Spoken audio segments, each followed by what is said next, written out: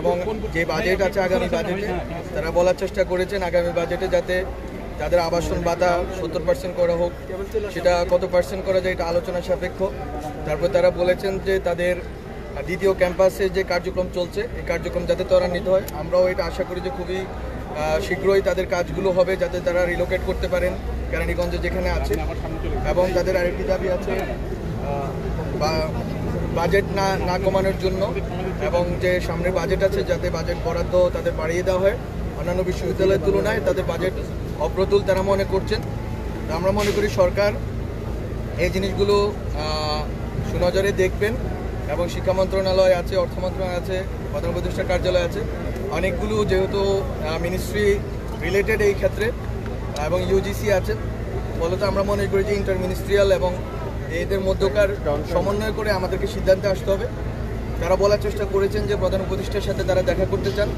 আশা করি আমাদের এখানে প্রধান উপদেষ্টার এপিএস আছেন, আমরা আশা করি যে দ্রুতই প্রধান উপদেষ্টার সাথে জগন্নাথ বিশ্ববিদ্যালয়ের প্রশাসন এবং স্টেক হোল্ডারদের সাথে বসার সম্ভাবনা তৈরি হবে এবং দ্রুতই এই সমস্যার সমাধান হবে।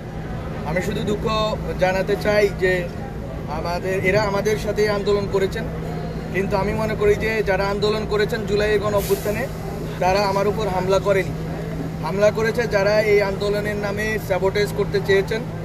প্রথম থেকে কথা ছিল গতকালকে রাত্রে আজকে আমার সাথে তাদের মিটিং হবে, সেই মিটিং তারা করেননি। কথা ছিল আগামীকাল সকালে শিক্ষা উপদেষ্টার সাথে তাদের মিটিং হবে, সেই মিটিং তারা করেননি। বরং তারা তাদের কাছ থেকে ন্যায্য মনে করেছেন, তারা এখানে এতটুকু তো চলে এসেছেন।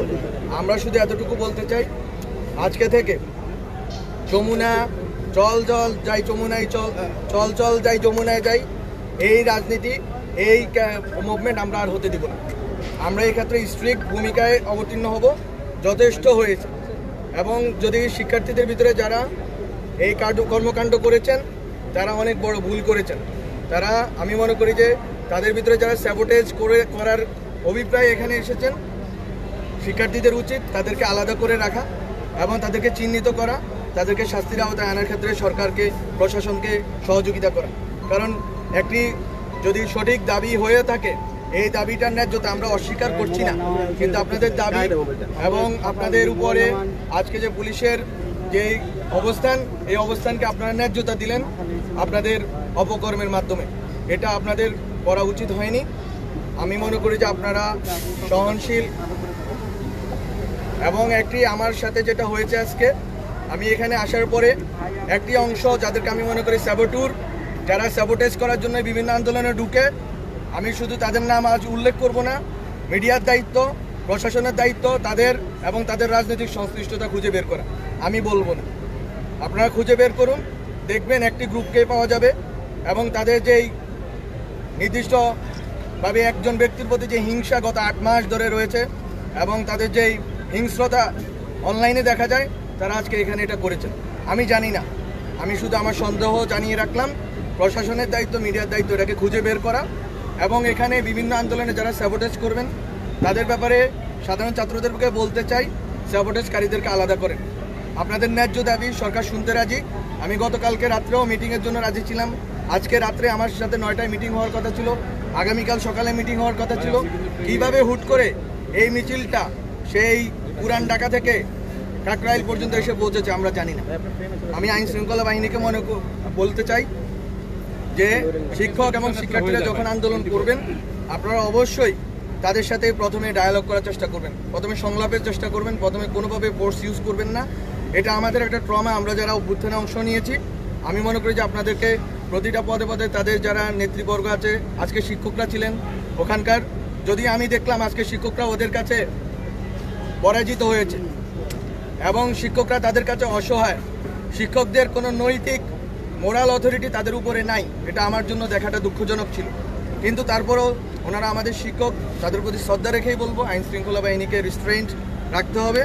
তাদেরকে কোনোভাবে যেভাবে আমি শুনেছি কয়েকজন শিক্ষকও এই ঘটনার কারণে আহত হয়েছেন, আমি দুঃখ প্রকাশ করছি শিক্ষকদের কাছে।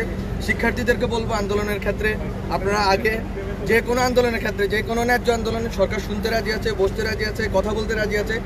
আমি এখানে আপনারা মিডিয়ার লাইন দাঁড় করিয়েছেন, আমি কিন্তু 30 মিটার দূরে গিয়ে তাদের সামনে গিয়ে কথা বলতে চেয়েছি। তারা কিন্তু এটার মর্যাদা রক্ষা করতে পারেনি।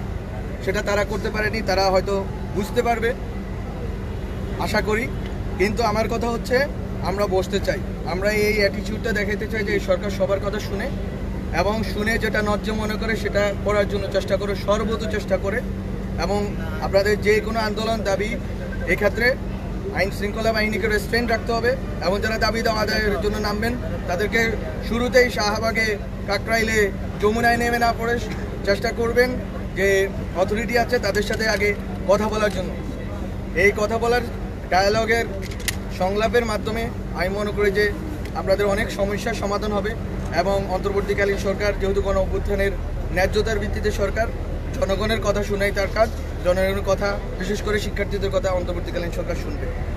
তো এই ছিল আমার পক্ষ থেকে, আপনাদের যদি কোনো প্রশ্ন থেকে নিব, বাট আমার পক্ষ থেকে এই কথা শেষ। জগন্নাথ বিশ্ববিদ্যালয়ের আবাসন সংকট সমাধানের জন্য আমরা ডক্টর মোহাম্মদ ইউনূস আজকে এই ব্যাপারে অবগত হয়েছেন, যেটা আমাদের জগন্নাথ বিশ্ববিদ্যালয়ের ভাইস চ্যান্সেলর মহোদয় বলেছেন এবং অন্যান্য শিক্ষা মন্ত্রণালয় যে রিলেভেন্ট মিনিস্ট্রিগুলো রয়েছে তারাও অবগত আছেন। আশা করি বিশ্ববিদ্যালয় তাদের সংকট দূরীভূত হবে, বিশেষ করে বাজেটের ক্ষেত্রে। আর যেটা তাদের আবাসনের ক্ষেত্রে যেটা সেকেন্ড ক্যাম্পাস করার যে চেষ্টা আছে, সেই চেষ্টাটা আমরা মনে করি যে ত্বরান্বিত করার জন্য আমরা কিভাবে ব্যবস্থা নিতে পারি আমরা স্টেক হোল্ডারদের সাথে বলবো। তো এই হচ্ছে আমার দিক থেকে, ধন্যবাদ আপনাদের। আজকে পুলিশ জগন্নাথ বিশ্ববিদ্যালয়ের শিক্ষার্থীদের উপর হামলা চালিয়েছে বলে শিক্ষার্থীদের দাবি, তারা নতুন করে আরেকটি দফা যুক্ত করেছে যে ওই পুলিশ সদস্য বা অফিসার যারা ছিলেন তাদেরকে শাস্তির আওতায় আনতে হবে। এই বিষয়ে কোনো আলোচনা হয়েছে? আমরা বলেছি যে পুলিশ সদস্যদের ভিতরে যারা, আমি তো ওই কথা বলতে গেলাম, তারা হামলা করলো এবং তারা হামলা করলে করে তাদের উপর হামলার ন্যায্যতা দিল। তারা যদি একজন সিটিং মিনিস্টারের উপর হামলা করতে পারে, তারা পুলিশের উপর কি করেছে এটা আমি বলতে চাই না। কিন্তু তারা যেহেতু এই কাজটা করেছে, তাদের প্রতিবাদের ধরন হইতে পারে আমি জানি না, কিন্তু আমি তো বললাম নির্দিষ্ট একটি গোষ্ঠী আছে, আমি সন্দেহ করছি, মিডিয়া প্রশাসন খুঁজে দেখুক। আর আমাদের দিক থেকে আমরা তো পুলিশকে যেটা বলার সবসময় বলি, যে কোনো সময় ছাত্রদেরকে এবং শিক্ষার্থী এবং শিক্ষকদেরকে কোনো আন্দোলনে এবং বিশেষ করে শ্রমিকদের আন্দোলনকে মোকাবেলা করার ক্ষেত্রে আপনাদের প্রথম রিসোর্ট নেওয়া উচিত ডায়ালগের, তারপরে অন্য কিছু। এবং এই ক্ষেত্রেও যদি কেউ উস্কানিমূলক কর্মকাণ্ড করে কিংবা স্ব উদ্যোগে বাড়াবাড়ি করে, আমরা পুলিশ প্রশাসনকে বলেছি তারা বিভাগীয় তদন্তের মাধ্যমে ব্যবস্থা নেবে। মাহফুজ ভাই, আপনি কি মনে করেন এই যে আপনার উপর হামলা, অবস্থান তারা করতে পারবেন না? আমরা স্পষ্ট একটা রোডম্যাপ দিয়ে দিয়েছি। আজকে প্রফেসর ইউনূস বাইরে আছেন, উনি আসবেন, উনি বিসি মহোদয়ের সাথে বসবেন। দ্বিতীয় কথা হচ্ছে বাজেট পাস হবে, বাজেটে তাদের অ্যালোকেশন যাতে বাড়ে সেটার জন্য আমরা চেষ্টা করব যাতে আবাসন সংকট কমে। এখন এটা 1-2 দিনের বিষয় না, এটা যেহেতু অনেকগুলো মিনিস্ট্রি জড়িত, আমাদেরকে বারবার বসতে হবে, সমাধান খুঁজতে হবে। কিন্তু প্রফেসর ইউনূস স্যারের সাথে যে বসার ব্যাপারে তারা যে কথা বলেছেন যে তাদের যৌক্তিক দাবিটা উত্থাপনের ব্যাপারে, এটা তারা করবে আশা করি।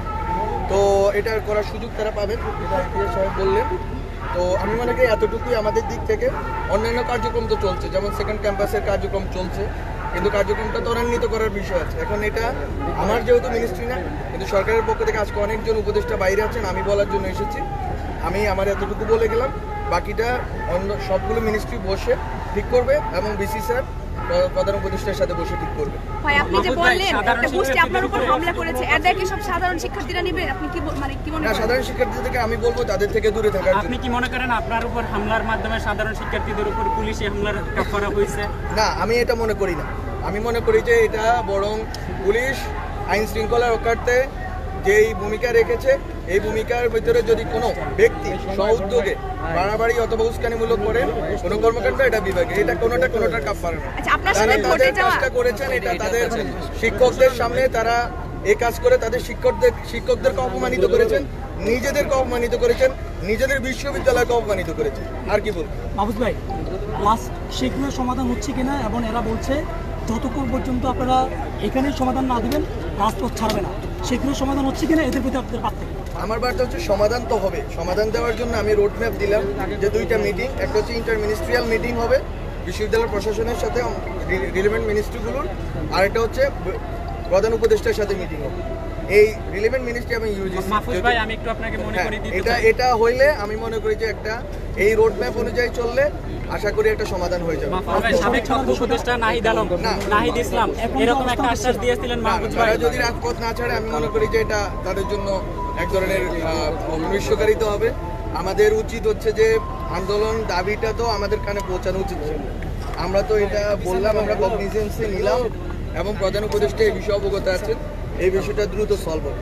আপনি তো বললেন যদি আজকে দাবি আদায় করে দেন, বাজেট তো পাস হবে জুলাই মাসে, আমি কি আজকে তার বাজেট বাড়িয়ে দিব? পারবো না। মাহফুজ ভাই সাবেক সংকটে তো আমি আজকে পারবো না, রাজপথে দাঁড়িয়ে পারবো না, আমাকে এটা প্রসেস যেতে হবে। তাহলে কি আপনি বলতে চাচ্ছেন আহ্বানটা হচ্ছে তারা যেন মন্ত্রী শান্তিতে তাদের ক্যাম্পাসে ফেরত যান। সাবেক উপদেষ্টা নাহিদ ইসলাম এরকম আশ্বাস দিয়েছিলেন। আমার আহ্বান হচ্ছে তারা যেন শান্তিতে ফিরে যান এবং তারা যেন ফিরে গিয়ে তাদের যেই শিক্ষাগত কার্যক্রম আমাদের টিচাররা আছেন তারা যেন তাদেরকে নিয়ে যান ক্যাম্পাসে এবং তাদের এই দাবি দেওয়া যদি আদায় না হয় তারা আবার বলতে পারে। কিন্তু আজকের জন্য তাদেরকে এটা আমরা বলতে চাই যে আমরা এটা কগনিজেন্সে নিয়েছি এবং আমরা এটা খুব দ্রুতই আমরা এটা সমাধানের জন্য চেষ্টা করব। মাহফুজ ভাই ভাই একটা ওকে থ্যাংক ইউ সংবাদ প্রকাশ করি আল্লাহ Immigration to Canada. We provide the best quality service and solution for Canada immigration. Please visit our website and contact for details.